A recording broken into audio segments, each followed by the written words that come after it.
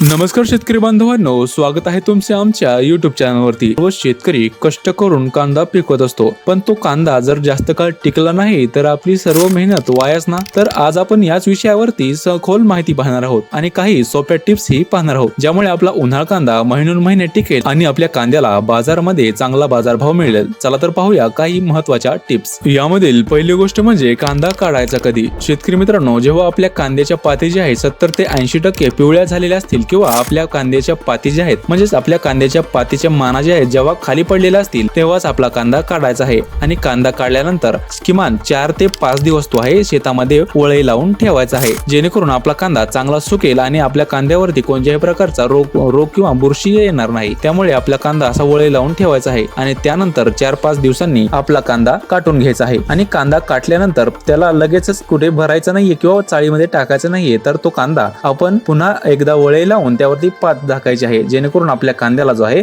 नैसर्गिक गुलाबी रंग यायला सुरुवात होत असते। या प्रकारे जर आपण आपला कांदा काटून ठेवला तर आपला कांदा जो आहे दीर्घकाळ टिकण्यासही मदत होत असते आणि आपला कांदा जेवढा शेतामध्ये सुकेल म्हणजेच जेव्हा शेतामध्ये आपला कांदा जेवढा वाळेल तेवढाच कांदा आपला वखारीमध्येही टिकण्यास मदत होत असते। यामधील दुसरी बाब म्हणजे आपला कांदा वखारीमध्ये टाकण्या अगोदर किंवा चाळीमध्ये टाकण्या अगोदर आपली चाळ किंवा आपली वखार निर्जंतुकीकरण करणे गरजेचे आहे। म्हणजे कोणत्याही प्रकारचे आपण बुरशी पावडर किंवा बुरशीनाशक फवारणे गरजेचे आहे। त्यानंतर 2 दिवसांनी आपण आपला कांदा जो आहे आपल्या चाळीमध्ये टाकायचा आहे, जेणेकरून आपला कांदा दीर्घकाळ टिकेल। त्याचबरोबर आपण बुरशीनाशक किंवा पावडर जर टाकली नाही तर तुम्ही आपण नैसर्गिक पद्धतीने आपण लिंबाचा पालाही त्यामध्ये टाकू शकता, जेणेकरून आपला कांदा दीर्घकाळ टिकण्यास मदत होईल। शेतकरी मित्रांनो, यामधील सर्वात महत्त्वाची बाब म्हणजे आपला कांदा दीर्घकाळ टिकण्यासाठी आपल्या वखारीमध्ये हवा खेळती राहणं गरजेचं आहे। अशा वेळी अनेक शेतकरी उपाय करत असतात की पाईप जे आहेत यामध्ये छिद्र पाडून कांद्याच्या मध्ये टाकत असतात किंवा काही शेतकरी जे आहेत बांबू जे आहेत कांद्याच्या मध्ये टाकत असतात, जेणेकरून हवामध्ये खेळती राहील। शेतकरी मित्रांनो, तुम्ही अशा उपाययोजना काय करता ते तुम्ही कमेंट मध्ये नक्की सांगू शकता।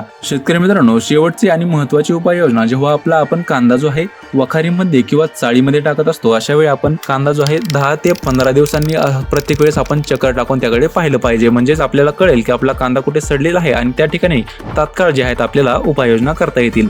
अशा प्रकारे आपण सोप्या टिप्स आणि ट्रिक्स फॉलो करून आपला कांदा जो आहे 7 ते 8 महिने सहज टिकवू शकता। शेतकरी मित्रांनो, या सोप्या पद्धती वापरून बघा आणि तुमचा कांदा जास्त काळ टिकवा। हा व्हिडिओ आवडला तर लाईक करा, चॅनलला सबस्क्राईब करा आणि तुमच्या शेतकरी मित्रांमध्ये हा व्हिडिओ शेअर करा। तुम्ही तुमचा कांदा कसा टिकवता हे कमेंट करून आम्हाला नक्की सांगा। तर पुन्हा एकदा भेटूया नवीन व्हिडिओ आणि नवीन माहितीसह।